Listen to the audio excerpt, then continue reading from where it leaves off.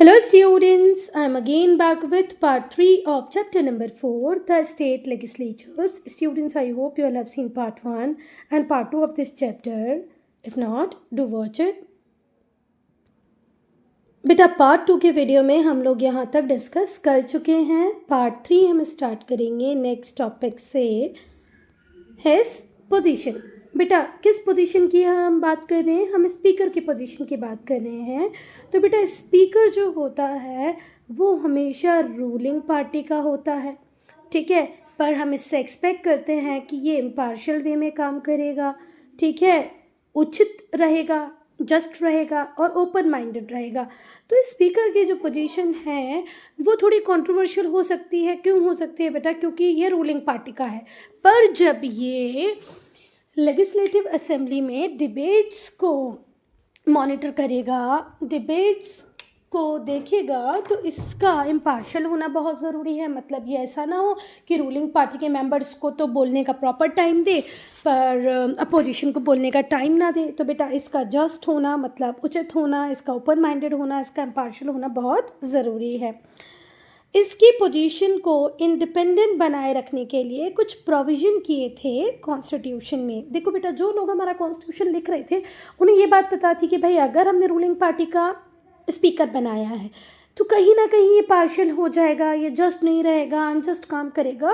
तो हमें इसकी पोजीशन को थोड़ा सा इंडिपेंडेंट बनाने की ज़रूरत है. तो उन्होंने स्पीकर की पोजीशन को इंडिपेंडेंट बनाने के लिए कुछ प्रोविज़न किए. पहला प्रोविज़न कि भाई जो सैलरी और जो अलाउंसेस होंगे स्पीकर के और डेप्यूटी स्पीकर के, वो किससे चार्ज किए जाएंगे? Consolidated fund of each state.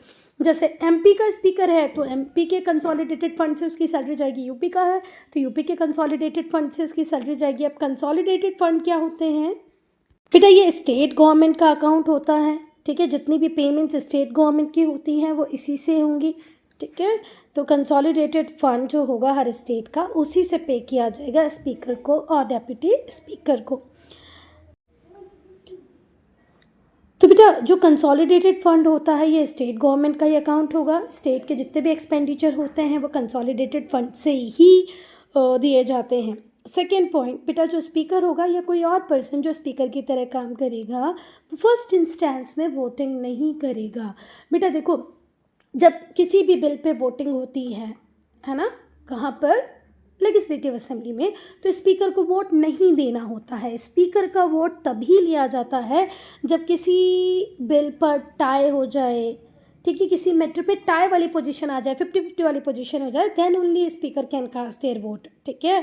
तो फर्स्ट पॉइंट में हमने पढ़ा कि सैलरीज और अलाउंसेस जो होते हैं स्पीकर के, डेप्यूटी स्पीकर के, कंसोलिडेटेड फंड से दिए जाते हैं. सेकेंड है जो स्पीकर होता है या कोई और पर्सन जो स्पीकर की तरह एक्ट करता है उसका वोट पहले नहीं लिया जाता. उसके वोटिंग राइट तभी एक्टिव होंगे जब किसी बिल पर, किसी मैटर पर टाई हो जाएगा, 50-50 वाली बात आ जाएगी, तभी होगा, ठीक है. नेक्स्ट बेटा, स्पीकर को रिमूव कैसे किया जा सकता है? तो स्पीकर को अगर आपको रिमूव करना है तो एक रिजोल्यूशन पास करना पड़ेगा और उस रिजोल्यूशन को पास करना पड़ेगा मेजॉरिटी मेंबर्स को. उस असेंबली में जो भी मेंबर होंगे उनमें जब मेजॉरिटी हाँ बोलेगी, उस रिजोल्यूशन को पास करेगी, तभी स्पीकर को रिमूव किया जाएगा.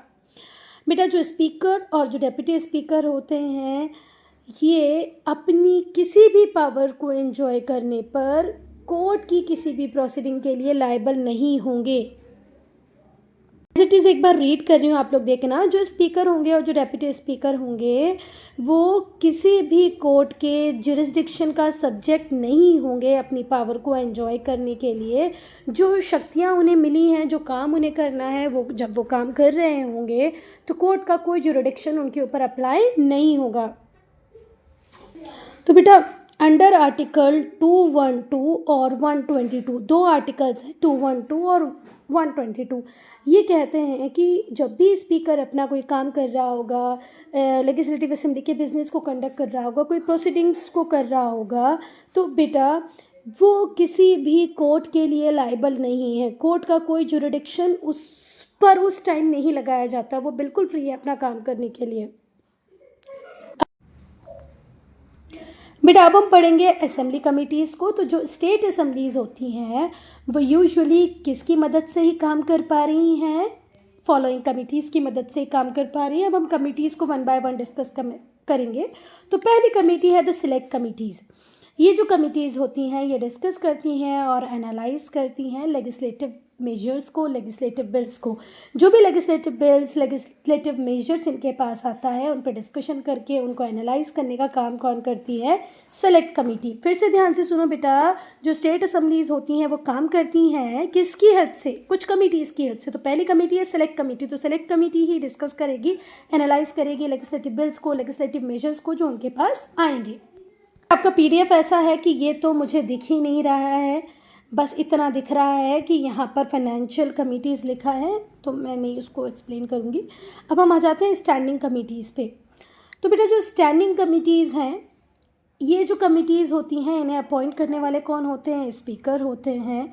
और कुछ स्पेसिफिक मैटर के लिए इन्हें अपॉइंट किया जाता है, ठीक है। जैसे कि बिजनेस एडवाइजरी कमेटी होगी, रूल कमेटी होगी, कमेटी ऑन पैटिशन होंगी, कमेटी ऑन प्रिविलेजेस होंगी। तो बेटा स्टैंडिंग कमिटीज़ जो भी होती हैं कुछ स्पेसिफिक बिजनेस के लिए अपॉइंट किया जाता है और अपॉइंट करने वाला कौन होता है बेटा? स्पीकर। कौन कौन सी कमेटी आएंगी स्टैंडिंग कमेटी में? एडवाइजरी कमेटी आएगी, रूल्स कमेटी आएगी, कमेटी ऑन पैटिशंस आएगी, प्रिविलेजेस, कमेटी ऑन प्रिविलेजेस आएगी, ठीक है। अब हम पढ़ेंगे composition and organization of legislative council. अब हम विधान परिषद पर आ गए हैं। लेजिस्लेटिव असेंबली वाला पार्ट हमने कंप्लीट कर लिया। अब हम किसको पढ़ेंगे? लेजिस्लेटिव काउंसिल को। तो बेटा वो सारे स्टेट जहाँ पर बाई कैमरल लेजिस्लेचर है, कितने स्टेट्स पढ़े थे हमने? 6 स्टेट्स पढ़े थे ना। 6 स्टेट्स में बाई कैमरल लेजिस्लेचर है। इट मीन्स वहाँ पर लेजिस्लेटिव असेंबली भी होगी और लेजिस्लेटिव काउंसिल भी होगी। लेजिस्लेटिव काउंसिल को हम क्या कहते हैं? विधान परिषद। ये कैसा हाउस? ये अपर हाउस होता है, ठीक है। अब हम लेजिस्लेटिव काउंसिल के कंपोजिशन को डिस्कस करेंगे। तो बेटा यहाँ पर थोड़ा सा ट्रिकी है समझना, ज़रा ध्यान से समझना कि भाई लेजिस्लेटिव काउंसिल को लेकर के क्या बातें कही गई है कि लेजिस्लेटिव काउंसिल में कितने मेंबर होने चाहिए? तो 40 से कम नहीं होने चाहिए, नॉट लेस देन 40। अगर पूछे कोई कि लेजिस्लेटिव काउंसिल में कितने मेंबर होने चाहिए तो आप फट से बता देना कि भाई 40 से कम नहीं होने चाहिए, नॉट लेस देन 40, ठीक है। अब दूसरी बात, तो मैक्सिमम कितने हो सकते हैं? तो मैक्सिमम बेटा 1/3 of your legislative assembly strength. Legislative council ही बोला ना। अब लेजिस्लेटिव काउंसिल में कितने मेंबर होने चाहिए? तो 40 से कम नहीं होने चाहिए। तो बात होगी कि किससे कम नहीं होने चाहिए? तो 40 से कम नहीं होने चाहिए। पर कितने हो सकते हैं? तो बेटा लेजिस्लेटिव असेंबली में जितने भी मेंबर होंगे ना उनका 1/3 निकाल लो, उससे ज़्यादा मेंबर नहीं होने चाहिए। तो क्या दोनों चीज़ें आपको समझ में आ गई? पूछा जाएगा कितने मेंबर होने चाहिए तो पहली बात बोल देना नॉट लेस देन 40। फिर पूछा जाएगा आपने तो बता दिया इससे कम नहीं होनी चाहिए, और मैक्सिमम कितने हो सकते हैं? तो मैक्सिमम आपकी जो भी लेजिस्लेटिव असेंबली की स्ट्रेंथ है उसका 1/3 निकाल लो, वो मैक्सिमम स्ट्रेंथ हो जाएगी, ठीक है। एक बार रीड कर लेते हैं।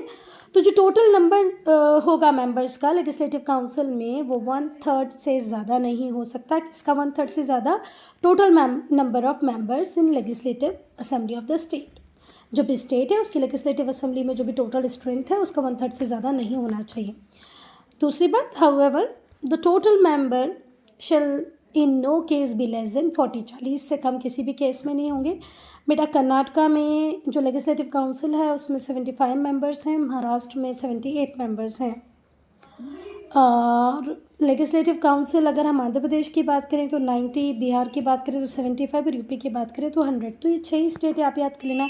यूपी में कितने लेजिस्लेटिव काउंसिल में मेंबर होंगे? 100। बिहार में कितने होंगे? 75। आंध्र प्रदेश लेजिस्लेटिव काउंसिल में कितने मेंबर हैं? 90। महाराष्ट्र में 78 हैं और 75 कहाँ पर है? कर्नाटका में। बेटा ये जितने भी मेंबर होते हैं, जैसे यहाँ पर 100 मेंबर्स की अगर हम बात करें तो इन 100 का 1/3 कोई और इलेक्ट करेगा, 1/3 फिर कोई इलेक्ट करेगा, 1/12 कोई और इलेक्ट करेगा। मतलब इस 100 मेंबर के कंपोजिशन को बनाने के लिए बहुत सारे लोग इन्वॉल्व होते हैं। 1/3 लेजिस्लेटिव असेंबली के मेंबर इलेक्ट कर देते हैं, 1/3 लोकल जो लेवल गवर्नमेंट होती है, म्यूनसिपैलिटीज़, म्यूनसिपल कॉरपोरेशन, वो इलेक्ट कर देते हैं। फिर बचा हुआ 1/12 टीचर्स करते हैं, ठीक है। तो मतलब बहुत ही कॉम्प्लिकेटेड है ये चीज़। 1/3 किसने कर दिया, आपके एमएलएज ने कर दिया। 1/3 किसने कर दिया, म्यूनसिपाल्टीज़, म्यूनसिपल कॉरपोरेशन ने कर दिया। 1/12 किसने कर दिया, टीचर ने कर दिया। फिर 1/12 ग्रेजुएट्स करते हैं। फिर 1/6 कौन करता है, ये मुझे याद नहीं आ रहा। 1/6 गवर्नर, 1/6 कौन करते हैं, गवर्नर। तो इस तरीके से अपॉइंटमेंट होता है एमएलसीज़ का, ठीक है। तो अगर 100 एमएलसीज़ हैं तो इसका 1/3 कहाँ से आएगा, 1/3 कहाँ से आएगा, 1/12 कहाँ से आएगा, 1/12 कहाँ से आएगा, 1/6 कहाँ से आएगा, ऐसे बनते हैं एमएलसीज़, ठीक है। चल अब हम पढ़ेंगे कि कैसे कंपोजिशन तैयार होता है किसी भी लेजिस्लेटिव काउंसिल का। पहला, 1/3 कौन चुनते हैं बेटा, MLAs, member of legislative assembly, ठीक है। और ये किस में से इलेक्ट करते हैं, उन व्यक्तियों में से इलेक्ट करते हैं जो असेंबली का मेंबर नहीं है। किसी भी केस में ऐसा पॉसिबल नहीं होगा कि आप एमएलए भी हो और एमएलसी भी हो। एमएलए चुनते हैं पर वो अपने में से किसी को नहीं चुन सकते, दूसरे मेंबर्स चुनने पड़ेंगे उनको। क्या समझ में आया बेटा? देखो 1/3 चुनेंगे कौन, एमएलए, पर एमएलए अपने आप में से किसी को भी नहीं चुन देंगे, एमएलए बाहर से लेके आएंगे एमएलसीज़ को, ठीक है। फिर 1/3 चुनते हैं कौन, 1/3 इलेक्ट करते हैं म्यूनसिपाल्टीज़, म्यूनसिपल कॉरपोरेशन, लोकल बॉडीज़ के लोग, जो भी स्टेट में अदर लोकल बॉडीज़ होंगी, डिस्ट्रिक्ट बोर्ड्स होंगे, म्यूनसिपाल्टीज़ होंगी, म्यूनसिपल कॉरपोरेशन होंगे, उनसे आएंगे 1/3, वो चुनेंगे 1/3 को। फिर 1/12 जो होगा मेंबर्स का, उन्हें इलेक्ट करेंगे वो पर्सन जो लास्ट 3 ईयर से टीचिंग में इंगेज्ड हैं। और कहाँ पर पढ़ा रहे हैं बेटा, एजुकेशनल इंस्टीट्यूशंस में, जो सेकेंडरी लेवल पर पढ़ा रहे हैं, ठीक है। सेकेंडरी लेवल पे पढ़ा रहे जो टीचर होंगे 3 साल से, वो 1/12 मेंबर्स को इलेक्ट करेंगे। फिर बाकी का जो 1/12 होगा उन्हें इलेक्ट करेंगे registered graduates of more than 3 year standing. बेटा जब इलेक्टोरल रोल बन रहा हो उसके 3 साल पहले उनका ग्रेजुएशन हो जाना चाहिए। तो 1/12 जो मेंबर्स होते हैं उन्हें इलेक्ट करते हैं registered graduates of more than 3 years standing, जो इलेक्टोरल रोल बनने के 3 साल पहले से ग्रेजुएट हैं वो लोग वोट करेंगे। फिर रिमेनिंग 1/6 जो हैं उन्हें नॉमिनेट करेंगे गवर्नर, ठीक है। गवर्नर किसको नॉमिनेट करेगा बेटा, जिसमें स्पेशल नॉलेज होगा, प्रैक्टिकल एक्सपीरियंस होगा, literature, science, art, cooperative movements का, सोशल सर्विस का, ऐसे व्यक्ति को गवर्नर अपॉइंट करेगा। बेटा इतना प्यारा पीडीएफ तुम लोगों ने भेजा है ना कि सच बोल रहे हैं, ऐसा लग ही नहीं रहा है कि इस टॉपिक पे वीडियो बनानी चाहिए, पर मजबूरी है, बनाना पड़ेगा। चलो, तो गवर्नर 1/6 मेंबर्स को अपॉइंट करता है, तो ऐसे अक्कड़ बक्कड़ बम्बे वो करके किसी को भी अपॉइंट नहीं करता है बेटा। वो देखता है कि जो व्यक्ति मैं अपॉइंट करूँगा उसमें स्पेशल नॉलेज होना चाहिए, किस किस फील्ड का, किसी में लिटरेचर का हो, किसी में साइंस का, किसी में आर्ट का, किसी में कोऑपरेटिव मूवमेंट का, तो किसी में सोशल सर्विस का। अब बेटा इलेक्ट कौन करेगा ये तो पता चल गया। इलेक्ट होने के लिए कौन कौन एलिजिबल है, तो पहला बेटा ऐसा कोई भी व्यक्ति क्वालिफाइड नहीं हो सकता एमएलसी बनने के लिए अगर वो इंडिया का सिटीजन ना हो, तो इंडिया का सिटीजन होना बहुत ज़रूरी है। दूसरा, उसकी एज जो है 30 ईयर्स से कम नहीं होनी चाहिए। तीसरा, उसके पास डिफरेंट जो अदर क्वालिफिकेशन प्रिस्क्राइब्ड हैं, जो पार्लियामेंट ने प्रिस्क्राइब किए हैं, वो होने चाहिए। तो पहला इंडियन सिटीज़न होना ज़रूरी है, दूसरा 30 साल आपकी उम्र होना ज़रूरी है, चौथा पार्लियामेंट ने जो भी क्वालिफिकेशंस प्रिस्क्राइब किए हैं वो आपके पास होने चाहिए।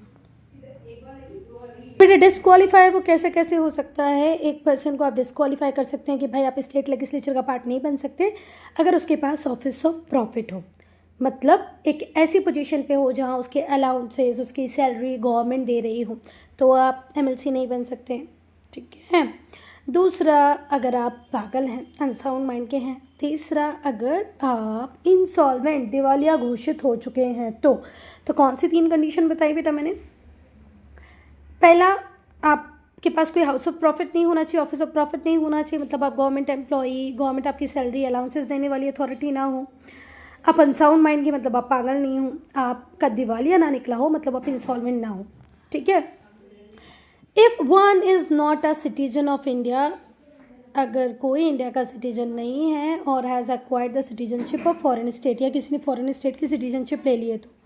और बेटा कई बार आपका डिस्क्वालिफिकेशन इस वजह से भी हो सकता है कि पार्लियामेंट ने कोई ऐसा लॉ बनाया है जिसके अकॉर्डिंग अगर आप डिस्क्वालीफाई हो रहे हैं तो भी आप डिस्क्वालीफाई हैं। Now term of the house, जो लेजिस्लेटिव काउंसिल है ये एक परमानेंट बॉडी है, क्योंकि इसका डिसोल्यूशन नहीं होता है। जो 1/3 मेंबर होते हैं ये रिटायर होते हैं हर दूसरे साल में। बेटा जैसे राज्यसभा एक परमानेंट बॉडी है, कंप्लीट डिसोल्यूशन जिसका नहीं होता, वैसे ही किसका भी है, लेजिस्लेटिव काउंसिल का भी है। ये पूरी तरह हर 5 साल में डिसॉल्व नहीं होती है। इसके 1/3 मेंबर हर साल रिटायर हो जाते हैं। Therefore a member of Vidhan Parishad has a term of 6 year. Vidhan Parishad के मेंबर का टर्म 6 ईयर ही होता है, लाइक राज्यसभा। प्रेसाइडिंग ऑफिसर बेटा जैसे लोकसभा में स्पीकर होता है, राज्यसभा में चेयरमैन होता है, लेजिस्लेटिव असेंबली में स्पीकर होता है, वैसे ही प्रेसाइडिंग ऑफिसर होता है लेजिस्लेटिव काउंसिल में भी। जो काउंसिल होता है वो इलेक्ट करता है चेयरमैन को, डेप्यूटी चेयरमैन को अपने मेंबर्स में से ही। जितने भी लोग इलेक्ट होकर आएंगे उन्हीं में से कोई एक चेयरमैन बन जाएगा, दूसरा डेप्यूटी चेयरमैन बन जाएगा। कोरम यहाँ पर बेटा अब हम कोरम को डिस्कस करेंगे। हमने पहले भी डिस्कस किया है। कोरम मतलब होता है minimum strength. Minimum strength of home, minimum strength of members जिनके बिना प्रोसीडिंग स्टार्ट ही नहीं होगी, कोई प्रोसीडिंग हो ही नहीं सकती। बेटा भले ही लोकसभा हो, राज्यसभा हो, लेजिस्लेटिव असेंबली हो, लेजिस्लेटिव काउंसिल हो, सब में कोरम की रिक्वायरमेंट होती है भाई कि मिनिमम इतने मेंबर आएंगे तभी कामकाज चालू होगा, नहीं तो कामकाज नहीं होगा। तो बेटा अगर मैं एमएलसी के कोरम की बात करूँ तो यहाँ पर भी सेम लेजिस्लेटिव असेंबली जैसे ही प्रोविज़न है कि मिनिमम या तो 10 मेंबर हो या 1/10 ऑफ टोटल मेंबर हो। जितने भी टोटल मेंबर हैं इनका 1/10 हो या 10 मेंबर हो, इन दोनों में से जो भी ज़्यादा होगा वो कोरम होगा। अगर हम लेजिस्लेटिव काउंसिल की बात करें तो वहाँ पर कम से कम कितने एमएलसी आने चाहिए, या तो 10, या तो जो टोटल मेंबर हैं उनका 1/10 निकाल लो, इसमें से जो भी ज़्यादा हो, ये 10 ज़्यादा आए तो इतने चाहिए, इसका 1/10 ज़्यादा है तो इतने चाहिए। मतलब इन दोनों में से जो भी ज़्यादा होगा उतने एमएलसी का प्रेजेंस होना ज़रूरी है, तभी कामकाज शुरू हो पाएगा। फिर से the quorum to constitute a meeting of either house shall be 10 members और 1/10 of total number of members of the house के टोटल मेंबर का 1/10 या 10 members, whichever is greater. ये बहुत ज़रूरी है, दोनों में से जो ज़्यादा हो। If there is no quorum, अगर कोरम नहीं होगा तो चेयरमैन एडजर्न कर देगा हाउस को, सस्पेंड कर देगा मीटिंग को कि भाई कोरम पूरा नहीं होगा तो कोई कामकाज नहीं होगा, चलो अपने अपने घर जाओ, जब ज़्यादा मेंबर होंगे तब आना। बेटा अगर हम अदर प्रोविजंस की बात करें, भले ही वो लीडर ऑफ अपोजिशन को लेकर हो, सैलरीज और अलाउंसेस को लेकर के हो एमएलसी की, तो वो बिल्कुल सेम रहता है। जैसे एमएलए का होगा वैसे ही होगा। जैसे लेजिस्लेटिव असेंबली में जो काम होगा लीडर ऑफ अपोजिशन का, वही यहाँ पर भी होगा, है ना। जो सैलरी और अलाउंसेस वगैरह होंगी वो भी कैसी होंगी, सेम ही होंगे एमएलसी की। जो एमएलए को मिलेगा वही एमएलसी को मिलेगा। Now powers and functions of the assembly और the state legislature. State legislature के पावर्स और फंक्शंस क्या हैं? तो फर्स्ट जो पावर एंड फंक्शंस होते हैं स्टेट लेजिस्लेचर के, हम एक एक करके आप डिस्कस करेंगे। फर्स्ट है लेजिस्लेटिव पावर। तो जो स्टेट लेजिस्लेचर होता है बेटा, उसके पास एक्सक्लूसिव पावर होती है कि स्टेट लिस्ट में जो भी सब्जेक्ट मेंशन है, स्टेट लिस्ट में जैसे मेंशन है एग्रीकल्चर, स्टेट लिस्ट में ट्रेड, स्टेट लिस्ट में कॉमर्स, स्टेट लिस्ट में ही पुलिस है ना। स्टेट लिस्ट में पुलिस आएगा, कॉमर्स आएगा, ट्रेड आएगा, एग्रीकल्चर आएगा, इरिगेशन आएगा। तो ये सारे मैटर पे कानून लॉ बनाने की एक्सक्लूसिव पावर किसके पास होती है? स्टेट लेजिस्लेचर के पास ही होती है। इवन इसके पास कुछ कॉन्करेंट पावर्स भी होती हैं उन सब्जेक्ट के ऊपर जो कॉन्करेंट लिस्ट में है। जैसे एजुकेशन कॉन्करेंट लिस्ट में है, फॉरेस्ट कॉन्करेंट लिस्ट में है, तो कॉन्करेंट लिस्ट के मैटर पे भी कानून बनाने का कुछ अधिकार किसके पास है? स्टेट के पास है। बेटा स्टेट लिस्ट में तो कंप्लीट राइट किसका? ये स्टेट का है। पर कॉन्करेंट लिस्ट में सेंट्रल गवर्नमेंट का भी राइट होता है, स्टेट गवर्नमेंट का भी राइट होता है, ठीक है। But if the state legislature has passed a law, अगर स्टेट लेजिस्लेचर ने कोई लॉ पास कर दिया है कॉन्करेंट लिस्ट के मैटर में, तो पार्लियामेंट भी उस सेम पर कोई लॉ पास कर सकती है। और फिर बेटा पार्लियामेंट ने भी अगर उसी सब्जेक्ट पे कोई लॉ पास किया है तो हमें किसके लॉ को मानना पड़ेगा? पार्लियामेंट के। आई बात समझ में? कॉन्करेंट लिस्ट थोड़ी सी ट्रिकी है। कॉन्करेंट लिस्ट में वो सारे आइटम्स आते हैं जो स्टेट और सेंटर दोनों को ऐसा लगता है कि इम्पॉर्टेंट है, भाई मुझे मिलना चाहिए, मुझे मिलना चाहिए, तो हमने कॉन्करेंट लिस्ट में डाल दिया। पर अगर उस आइटम पे स्टेट भी कोई लॉ बनाता है, सेंटर भी कोई लॉ बनाता है, और इनमें अगर कहीं कोई एम्बिग्यूटी आती है, कोई कन्फ्लिक्ट होता है, तो चलेगी हमेशा किसकी? सेंटर की। उसी मैटर पे जब पार्लियामेंट भी लॉ पास कर देगी, कॉन्करेंट लिस्ट पे अगर कोई लॉ पहले ही स्टेट ने पास किया है, फिर सेंटर ने भी पास कर दिया, तो जो स्टेट लॉ है वो इनऑपरेटिव हो जाएगा। फिर हमें किसके लॉ को ही मानना पड़ेगा? सेंटर ने जो लॉ बनाया है उसी को आपको मानना पड़ेगा। लोकसभा की बात आपको माननी पड़ेगी। Limitations on the powers of state legislature, जो कॉन्स्टिट्यूशन है वो कुछ रिस्ट्रिक्शन लगाता है स्टेट लेजिस्लेचर की पावर को, और वो ज़रूरी भी था बेटा, टाइमिंग इसलिए लगाया गया था। हम वन बाय वन वो डिस्कस करेंगे। पहला बेटा, कुछ बिल्स ऐसे होते हैं जो लेजिस्लेचर में लाए ही नहीं जाएंगे अगर प्रेसिडेंट अप्रूवल नहीं देगा तो। अब आप बोलोगे भाई स्टेट का मैटर है, प्रेसिडेंट का क्या काम है? तो ऐसे ही हमारा कॉन्स्टिट्यूशन लिखा गया है कि स्टेट में कुछ बिल्स स्टेट लेजिस्लेचर में कुछ बिल आएंगे ही नहीं जब तक उन पे अप्रूवल कौन नहीं देगा? प्रेसिडेंट। ऐसा जो रिस्ट्रिक्शन है ये उन बिल्स पे लगाया जाता है जो ट्रेड की फ्रीडम पे रेस्ट्रिक्शन लगाए। भाई फ्री ट्रेड का ज़माना है, अगर आप फ्री ट्रेड होने से रोकोगे, उसके ऊपर कोई रेस्ट्रिक्शन लगाओगे, तो भैया प्रेसिडेंट के अप्रूवल से ही लाना। विद इन दैट स्टेट और विद अदर स्टेट, अगर आप ट्रेड को जो फ्रीडम दी गई है उसको वायलेट करोगे, उसके ऊपर रिस्ट्रिक्शन लगाओगे, भले वो आपकी स्टेट में ट्रेड व्यापार हो रहा हो या आप किसी और स्टेट के साथ व्यापार कर रहे हो, तो ऐसे बिल के लिए आपको प्रायर अप्रूवल प्रेसिडेंट से लेना पड़ेगा। क्योंकि भाई हम ग्लोबल एरा में जी रहे हैं, हमने हमारी इकोनॉमी को लिबरलाइज कर दिया है, प्राइवेटाइज कर दिया है, तो स्टेट गवर्नमेंट किसी ट्रेड की फ्रीडम को वायलेट नहीं कर सकती, रेस्ट्रिक्ट नहीं कर सकती। अगर करेगी तो उसे प्रायर परमिशन लेनी पड़ेगी प्रेसिडेंट की।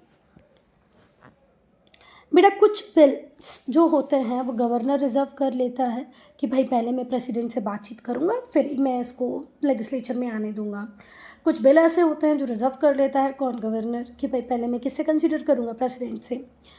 ये जो कंडीशन है ये अप्लाई उन बिल्स पे होगी जो प्रॉपर्टी के एक्विजिशन पे होंगे, ठीक है, and those affecting the powers of high court. अगर आप कोई ऐसा बिल ला रहे हो जिसमें हाई कोर्ट की पावर को कोई इफ़ेक्ट आएगा या आप कोई प्रॉपर्टी को एक्वायर करने वाले हों, तो गवर्नर कहता है कि टाइम बीइंग मैं इसको अपने पास होल्ड करूँगा, क्योंकि पहले मैं इस पर किसकी कंसिडरेशन लूँगा?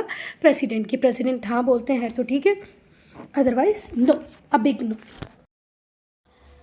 अब बेटा ये जो नेक्स्ट पॉइंट, थर्ड पॉइंट हम डिस्कस कर रहे हैं, इस पर स्टार लगा लेना, क्योंकि अभी मैंने आपको बताया था कि स्टेट लिस्ट में जितने भी आइटम्स हैं, भले वो पुलिस हो, ट्रेड हो, कॉमर्स हो, इरिगेशन हो, उस पर कानून बनाने का अधिकार सिर्फ स्टेट का है।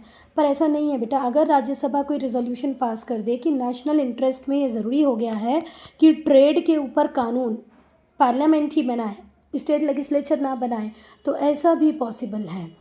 जो पार्लियामेंट है वो लॉज बना सकती है उस मैटर में भी जो ऑलरेडी स्टेट लिस्ट में है, मेंशन है। अगर ऐसा तभी पॉसिबल हो पाएगा जब राज्यसभा एक रिजोल्यूशन पास कर दे और कह दे कि ये नेशनल इंटरेस्ट में ऐसा करना बहुत ज़रूरी है, डिज़ायरेबल है, तो पार्लियामेंट उसके ऊपर कानून बना सकता है।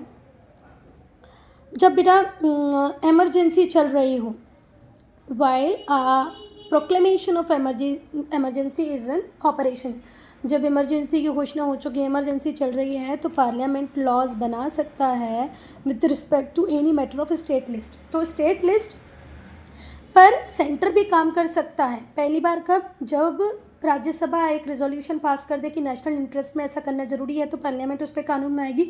दूसरा, जब इमरजेंसी लगी होती है तब भी पार्लियामेंट स्टेट लिस्ट के ऊपर कानून बना सकती है।